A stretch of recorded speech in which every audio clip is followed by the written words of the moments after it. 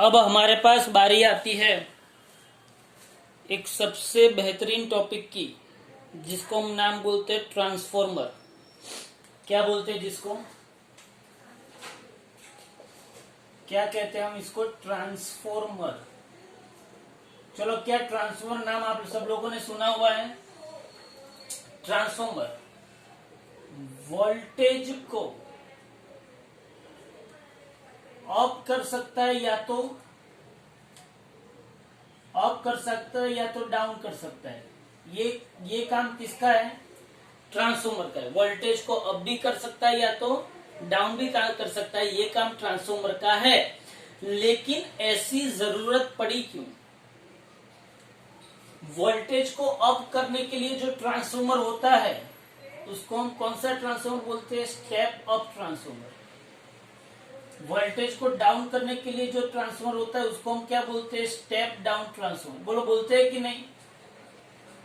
दो प्रकार के ट्रांसफॉर्मर आते हैं, एक स्टेप अप ट्रांसफॉर्मर और एक स्टेप डाउन ट्रांसफॉर्मर। लेकिन इसकी जरूरत क्यों पड़ी? किसी को आइडिया है ट्रांसफॉर्मर की जरूरत क्यों पड़ी? क्यों हम step up step down transformer के बारे में बात करते हैं? क्या ट्रांसफॉर्मर नहीं होते तो नहीं चलता? हाँ, तो इसके पीछे कहानी है।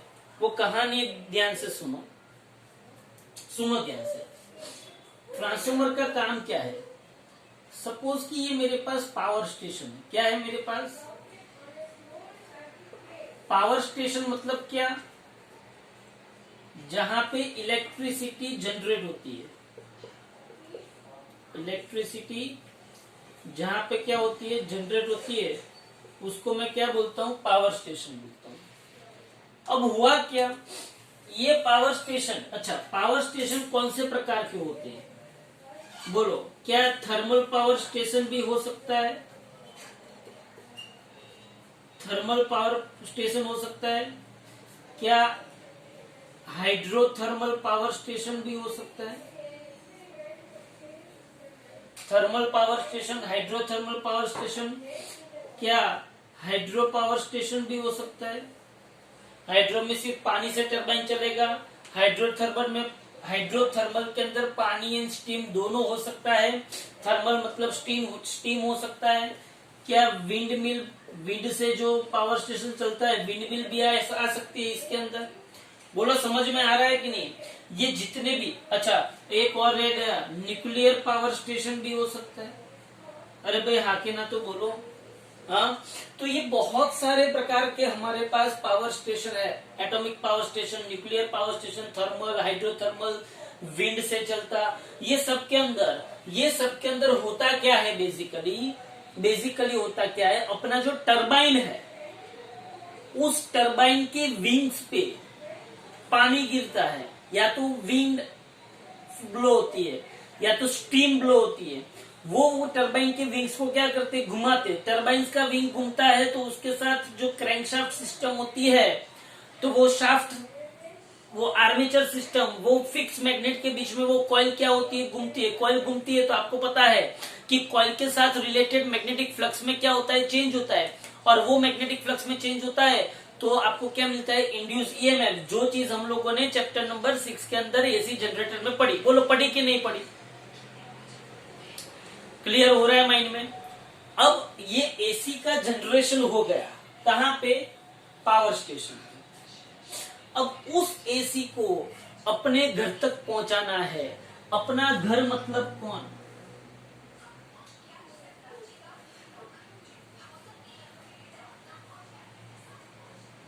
अपना घर मतलब कौन? होम तक ये इलेक्ट्रिसिटी को पहुंचाना है तो क्या करेंगे? सोचो। क्या आप लोग बाल्टी लेके जाते हो पावर स्टेशन पे कि इलेक्ट्रिसिटी प्रोवाइड करो? बाल्टी लेके जाते हो? नहीं। क्या आपको वाईफाई से इलेक्ट्रिसिटी मिलती है? नहीं। क्या आपको पानी की जैसे पाइप होती है, पानी आता है पाइपिंग के थ्रू, क्या ऐसे इलेक्ट्रिसिटी आती है? नहीं। बोलो, पावर स्टेशन से आपके घर तक इलेक्ट्रिसिटी बाई पोस्ट आती है? किसी के घर बाई पोस्ट आती है? नहीं। कैसे आती है इलेक्ट्रिसिटी? सोचो। कैसे आती है इलेक्ट्रिसिटी, सोचो आप। मतलब कि पावर स्टेशन से केबल के थ्रू इलेक्ट्रिसिटी आपके घर आती है। क्लियर? अब यहां पे सुनो,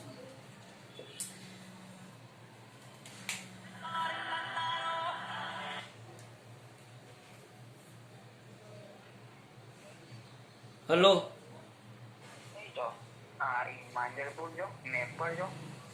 હા બસ હમણાં 15-20 મિનિટમાં આવું છું.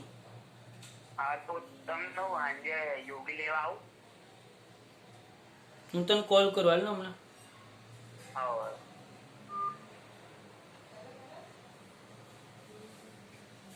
चलो, तो यहाँ पे क्या हुआ,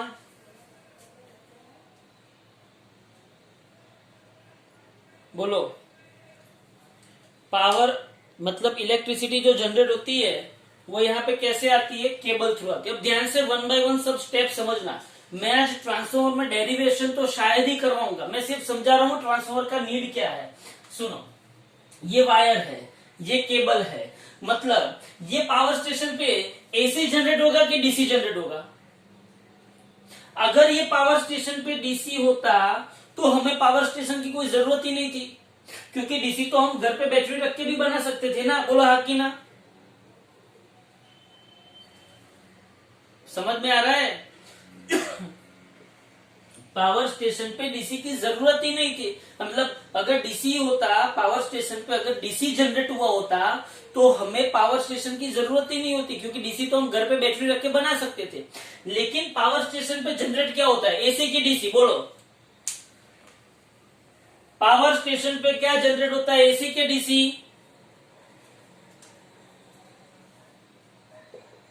एसी, पावर स्टेशन पे एसी जनरेट हुआ. अब ये एसी यहां पे पहुंचाना है, ये एसी यहां पे थ्रू वायर पहुंचेगा.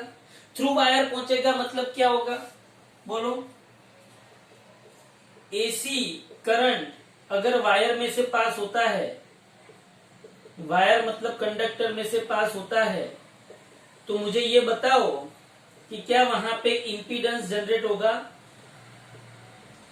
और उस इंपीडेंस को हम क्या बोलेंगे, उस इंपीडेंस को हम क्या बोलेंगे, R² XC माइनस XL का स्क्वायर. ओके, मतलब ये करंट यहां पे पास हुआ, इंपीडेंस है. Okay fine. अब यहां पे जो वोल्टेज क्रिएट हुआ होगा, पावर स्टेशन पे जो वोल्टेज क्रिएट हुआ होगा और जो करंट आपको मिल रहा है, क्या यहाँ पे मुझे पावर मिलता होगा, पावर एट पावर स्टेशन. मतलब यहाँ पे P इनपुट मुझे मिल रहा है, यहाँ पे मुझे P इनपुट मिल रहा है. मैंने इतने P इनपुट मतलब क्या, पावर स्टेशन पे जो वोल्टेज एंड करंट है उसका मैंने मल्टीप्लीकेशन किया, मैंने P इनपुट लिखा उसको. ध्यान से समझना. तो होम पे मुझे यही पावर मुझे होम पे चाहिए, यही पावर मुझे कहां पे चाहिए, होम पे. मतलब कि यहां पे सपोज कि 800 किलोवाट पावर जनरेट हुआ है. कितना वाट जनरेट हुआ है, 800 किलोवाट पावर. अगर यहाँ पे जनरेट हुआ है, अगर यहाँ पे 800 किलोवाट पावर जनरेट हुआ है, तो मुझे यहाँ पे भी कितना चाहिए, 800 किलोवाट चाहिए. बोलो समझ में आ रहा है कि नहीं आ रहा है, पावर मुझे इतना चाहिए. अच्छा, लेकिन अगर आप देखोगे तो जब ये करंट इस वायर में से पास होगा, तो ड्यू टू दिस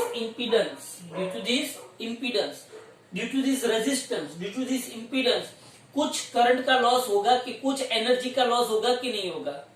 कौन सा इक्वेशन है हमारे पास, हीट एनर्जी के में ट्रांसफर होगा, तो हीट एनर्जी का इक्वेशन कौन सा है मेरे पास, heat energy H is equal to I². R की जगह पे यहाँ पे Z भी लिख सकते हैं, इंटू T. तो H is equal I² ZT होगा. मतलब कि यहाँ पे I जितना होगा, I जितना ज्यादा होगा उतना हीट एनर्जी ज्यादा होगी कि नहीं होगी. क्या आप टाइम चेंज कर सकते हो, यहां से पावर स्टेशन से इलेक्ट्रिसिटी निकली, मतलब करंट निकला, पावर निकला, क्या वो आपके होम पे पहुंचा, क्या ये टाइम आप चेंज कर सकते हो, नहीं कर सकते ना. आप अपने घर को लेके थोड़ी जाओगे वहां पे, जा सकते हैं ऐसे? डिस्टेंस तो हम चेंज कर सकते हैं नहीं है, मतलब टाइम भी चेंज होगा नहीं, ये वायर का इंपीडेंस भी चेंज होगा नहीं, तो हीट एनर्जी टोटली किस पे डिपेंड करती है? ये जो हीट एनर्जी का लॉस है, हीट एनर्जी का ये जो लॉस है वो किस पे डिपेंड करता है? हीट एनर्जी का लॉस करंट पे डिपेंड करता है। किस पे डिपेंड करता है? करंट पे। अगर करंट ज्यादा है तो हीट एनर्जी का लॉस ज्यादा, अगर करंट कम है तो हीट एनर्जी का लॉस कम। तो हीट एनर्जी का लॉस कम करने के लिए, लॉस तो होता ही है, लेकिन मुझे वो लॉस कम हो उसके लिए मुझे क्या करना पड़ेगा? बोलो, उसके लिए मुझे करंट को डिक्रीज करना पड़ेगा।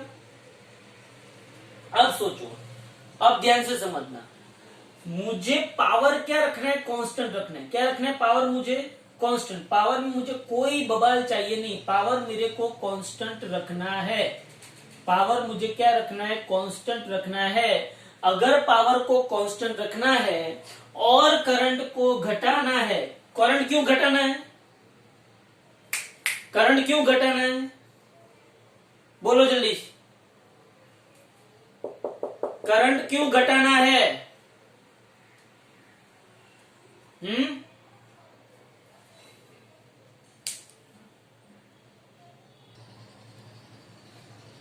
पावर स्टेशन पे AC voltage and current generate होता है। एक्चुअली एसी वोल्टेज जनरेट होता है। इस वोल्टेज को मैं वायर के थ्रू पास करता, मतलब वायर के थ्रू वो यहाँ पे ये करंट के फॉर्मेट में आता है, क्योंकि वायर में से क्या पास होता है? वोल्टेज पास होता है कि करंट? वायर में से क्या पास होगा? वोल्टेज होगा कि करंट पास होगा? वायर में से कौन दौड़ता है? इलेक्ट्रॉन दौड़ता है कि वोल्टेज दौड़ता है? इलेक्ट्रॉन दौड़ता है, मतलब कि यहाँ पे करंट पास हुआ। अब मुझे क्या करना है? Voltage into current is equal to power. Power मुझे कांस्टेंट रखना है। ओके, ये मेरा प्राइमरी वर्क है। अब यहाँ पे जो एसी करंट है उसको रास्ते में इंपीडेंस मिला होगा। ये जो इंपीडेंस मिला उसकी वजह से यहाँ पे हीट एनर्जी जनरेट हुई होगी, H is equal to I square R T, इस इक्वेशन के मुताबिक। अब मैं Z एंड T इन दोनों के साथ में कोई मतलब चेंजेस नहीं कर सकता हूं। मेरे पास H को घटाने के लिए, हीट एनर्जी का लॉस घटाने के लिए मेरे पास सिर्फ एक ही रास्ता है। कौन? करंट। मुझे करंट को घटाना पड़ेगा, लेकिन यहाँ पे पावर मुझे कांस्टेंट चाहिए। पावर मुझे क्या चाहिए? कांस्टेंट। यहाँ पे जितना पावर है ऑलमोस्ट उतना ही पावर मुझे यहाँ पे चाहिए। पावर मुझे कांस्टेंट चाहिए और मुझे करंट को घटाना है, तो मुझे क्या करना पड़ेगा? क्या करना पड़ेगा? सोचो, पावर को कांस्टेंट रखना है, करंट को घटाना है, तो अब मुझे क्या करना पड़ेगा? पावर कांस्टेंट है, मतलब कि E into I is equal to constant. इसका मतलब ये हो कि E प्रोपोर्शनल टू 1/i। अब मुझे करंट को घटाना है तो मुझे क्या करना पड़ेगा? सोचो, बोलो, करंट घटाना है तो वोल्टेज बढ़ाना पड़ेगा। अगर मुझे करंट को घटाना है तो मुझे वोल्टेज क्या करना पड़ेगा? बढ़ाना पड़ेगा। ओके, तो यहाँ पे हीट एनर्जी लॉस कम हो, मिनिमम हो, नेग्लिजिबल हो, इसलिए मुझे करंट को कंपलसरी घटाना पड़ेगा। लेकिन कंपलसरी करंट को घटाना है तो कंपलसरी मुझे किसको बढ़ाना पड़ेगा? वोल्टेज को बढ़ाना पड़ेगा। इसीलिए पावर स्टेशन पे पहले क्या रखा जाता है? वोल्टेज को बढ़ाने के लिए स्टेप अप ट्रांसफॉर्मर। बोलो, समझ में आ रहा है? समझ में आ रहा है? पावर स्टेशन पे एसी वोल्टेज जनरेट हुआ, उस एसी वोल्टेज को स्टेप अप ट्रांसफॉर्मर के थ्रू हाई वोल्टेज में कन्वर्ट करेंगे। हाई वोल्टेज में कन्वर्ट करेंगे और पावर कांस्टेंट है तो हाई वोल्टेज में कन्वर्ट करेंगे तो करंट क्या हो जाएगा? कम, करंट कम होगा तो हीट एनर्जी का लॉस भी क्या होगा, कम। बोलो यहां तक पता चला कि नहीं? क्लियर हुआ यहां तक? स्टेप अप ट्रांसफॉर्मर क्यों रखते हैं वो पता चला? क्लियर? बोलो। Yes sir. चलो, अब ये स्टेप अप ट्रांसफॉर्मर क्यों रखते हैं पावर स्टेशन में वो आपको पता चला। स्टेप देखो, पावर स्टेशन पे इलेक्ट्रिसिटी जनरेट हुई, वोल्टेज जनरेट हुआ, तुरंत ही उसको स्टेप अप में डाला। स्टेप अप क्या करता है, वो कैसे करता है वो हम बाद में देखेंगे, लेकिन अभी क्यों ये सब की रिक्वायरमेंट है वो देख रहे हैं।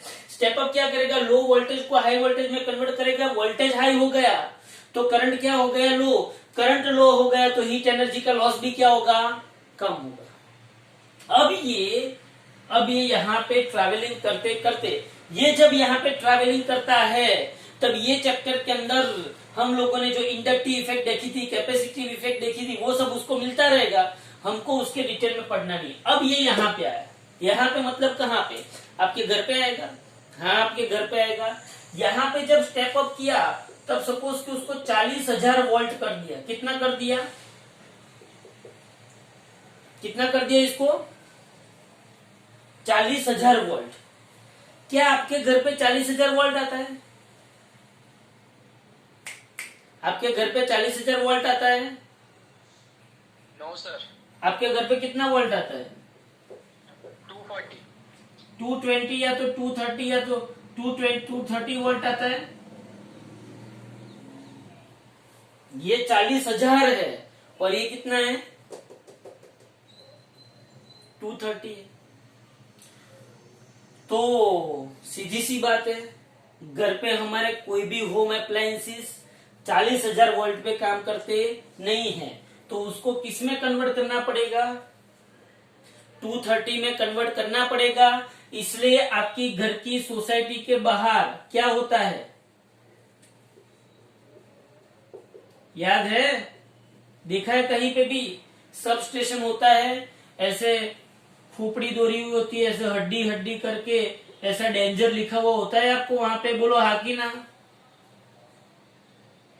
ऐसा नहीं है, ऐसे खोपड़ी और ऐसी हड्डी करके डेंजर लिखा है, देखा है कहीं कभी भी रेड कलर का? हाँ, सब स्टेशन देखा है आपके घर के बाहर? हाँ, और वहां पे ये सब स्टेशन जो है उसको आप गौर से ऑब्जर्व कीजिएगा, बीच में ट्रांसफॉर्मर होता है और कुछ गैप छोड़ी हुई होती है उसके आसपास। और कभी कभी आपको लोग बोलते हैं, कभी कभी आप क्रिकेट खेलते हो तो बोलते हैं कि उसके नजदीक नहीं जाने का, उसको टच करने की तो बात ही दूर है, टच की तो बात ही नहीं, उसके नजदीक नहीं जाने का। क्यों? क्योंकि वो हाई वोल्टेज पे आयोनाइजेशन कर सकता है आजू बाजू की एयर का। अच्छा, ये सब स्टेशन पे बोलो कौन सा ट्रांसफॉर्मर रखेंगे, स्टेप अप रखेंगे कि डाउन रखेंगे? स्टेप अप रखेंगे ना।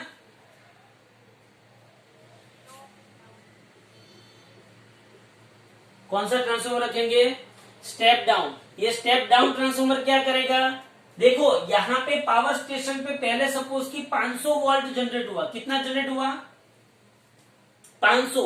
ये स्टेप अप उसको किसमें कन्वर्ट करेगा, 40,000 में। किसमें कन्वर्ट किया, सपोज बाई चांस किसमें कन्वर्ट किया, 40,000 में। 40,000 में कन्वर्ट किया, वो यहां पर आया। अब ये 40,000 को किसमें कन्वर्ट कर देगा, ये स्टेप डाउन। फिर कहां पे आएगा, आपके घर पे आया, बोलो समझ में आया, यहां तक समझ में आया, बोलो चलो फटाफट। Step up and step down कहां पे होते हैं, क्या होते हैं वो पता चला। अब यहां पे देखो, आपके घर पे आ गया 230 वोल्ट। अब आपका जो मोबाइल है, आपका मोबाइल जो है, हाँ, आपकी मोबाइल की बैटरी होती है ना, ये 230 वोल्ट आपके घर पे आ गया। अब आपके घर पे ऐसा बोर्ड होता है ना, स्विचेस है, क्या है बोर्ड पे, स्विचेस है, और यहाँ पे वो प्लग होगा, प्लग में ऐसे ऐसे होल होगे कि नहीं होगे, ओके। आपको आपका मोबाइल चार्जिंग में करना है तो चार्जर की पिन आती है यहाँ पे, हाँ, फिर यहाँ से वायर निकलता है और यहाँ पे क्या होता है, एडेप्टर होता है ना, एडेप्टर मोबाइल का। अरे भाई, मोबाइल का एडेप्टर होता है कि नहीं होता है, तो यहां से 230, यहां तक 230 वोल्ट आता है। कितना वोल्ट आता है? 230 वोल्ट। और ये जो मोबाइल की जो बैटरी है, मोबाइल की बैटरी, वो डीसी पे काम करेगी कि एसी पे काम करेगी? बोलो तो। मोबाइल की बैटरी डीसी पे काम करेगी ना। मोबाइल की बैटरी किस में काम करती है? डीसी। कितना वोल्ट चाहिए उसको? डीसी में कितना वोल्ट चाहिए उसको?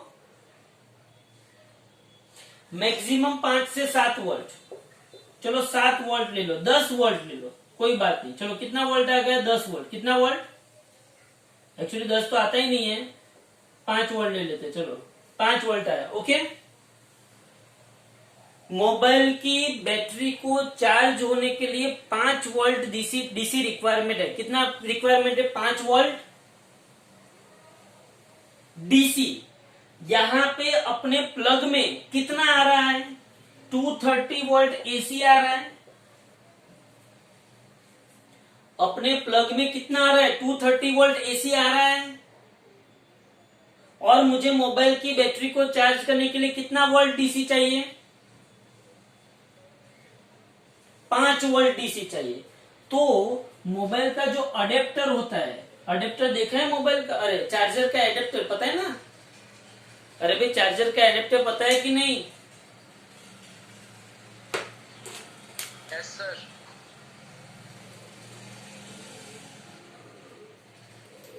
इसको चार्जर का एडेप्टर बोलते हैं।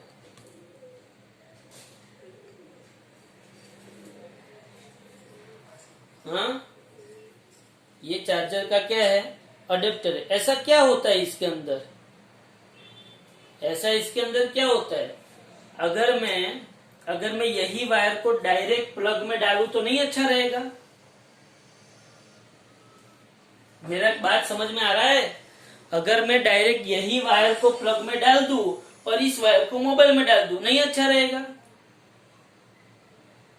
ये प्लग में 230 वोल्ट एसी आता है, जबकि अपनी मोबाइल की बैटरी को 5 वोल्ट क्या चाहिए? डीसी चाहिए।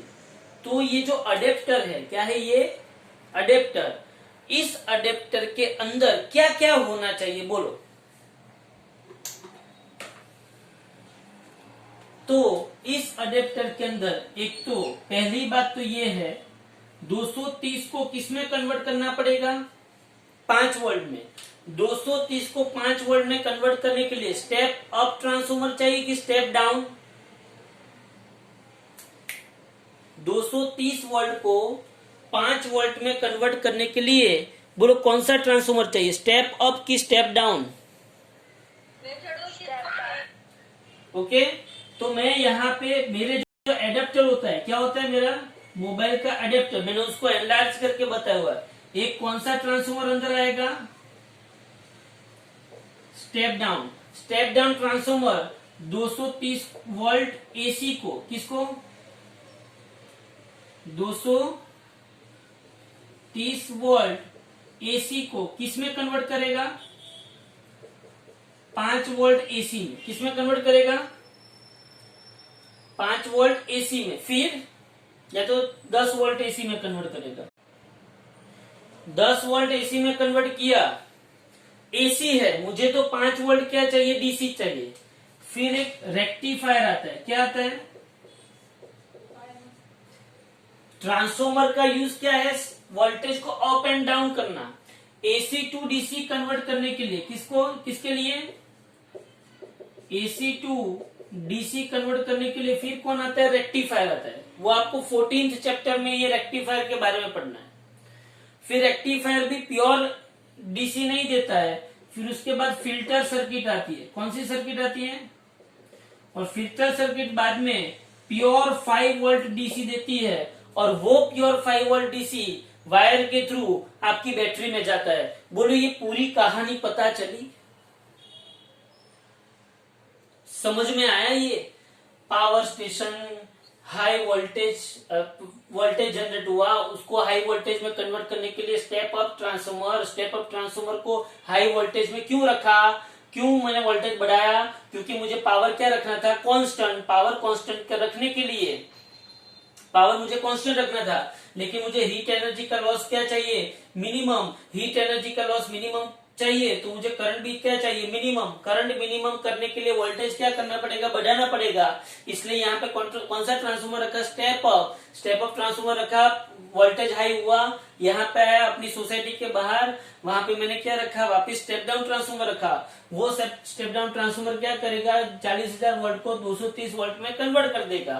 फिर वो अपने घर पे आया तो अपने जो बोर्ड होता है वहां पे प्लग के पास 230 वोल्ट एसी आता है। अब मेरा जो बैटरी है, वो बैटरी के अंदर क्या होता है, बैटरी के अंदर क्या क्या होगा, क्योंकि अपना जो मोबाइल की बैटरी है उसको क्या चाहिए, 5 वोल्ट डीसी चाहिए। क्या चाहिए, 5 वोल्ट डीसी। तो ये 230 वोल्ट एसी को 5 वोल्ट डीसी में ऐसे कन्वर्जन होता है। पहले स्टेप डाउन ट्रांसफॉर्मर, फिर रेक्टिफायर, फिर फिल्टर सर्किट, और बाद में ये आपकी बैटरी को चार्ज करता है। बोलो यहां तक सबको पता चला। ये आपको कहीं पे भी थियरी में नहीं है, कुछ भी नहीं, आपको समझना है ये। अब पता चला ट्रांसफॉर्मर का यूज कहां कहां पे हो सकता होगा। देखो अब बड़ी बड़ी कंपनी ट्रांसफॉर्मर बनाती है, बड़े से बड़े 2-2 मंजिले के ट्रांसफॉर्मर भी आते हैं, और इतने छोटे छोटे आपके मोबाइल का जो एडेप्टर होगा, चार्जर का एडेप्टर छोटा सा, ये एडेप्टर के अंदर कितना छोटा सा ट्रांसफॉर्मर होगा, स्टेप डाउन, इतना छोटा सा ट्रांसफॉर्मर होता है। तो इतने छोटे ट्रांसफॉर्मर आते हैं, और 2-2, 3-3 फ्लोर के ट्रांसफॉर्मर भी आते हैं। और ट्रांसफॉर्मर देखना हो तो अपने यहाँ पे एबीबी कंपनी है, वोल्टेन कंपनी है, ऐसे सब 2-3 कंपनी है जो ट्रांसफॉर्मर बनाती है। समझ में आ रहा है मैं जो बोल रहा हूँ। तो आप सोच सकते होगे कि बोलो हर एक सोसाइटी के बाहर ट्रांसफॉर्मर चाहिए कि नहीं, हर एक सोसाइटी के बाहर ट्रांसफॉर्मर चाहिए, हर एक कंपनी के बाहर ट्रांसफॉर्मर चाहिए, हर एक कॉमर्शियल बिल्डिंग के बाहर ट्रांसफॉर्मर चाहिए। कोई ऐसी जगह बाकी रहेगी जहां पे ट्रांसफॉर्मर नहीं चाहिए।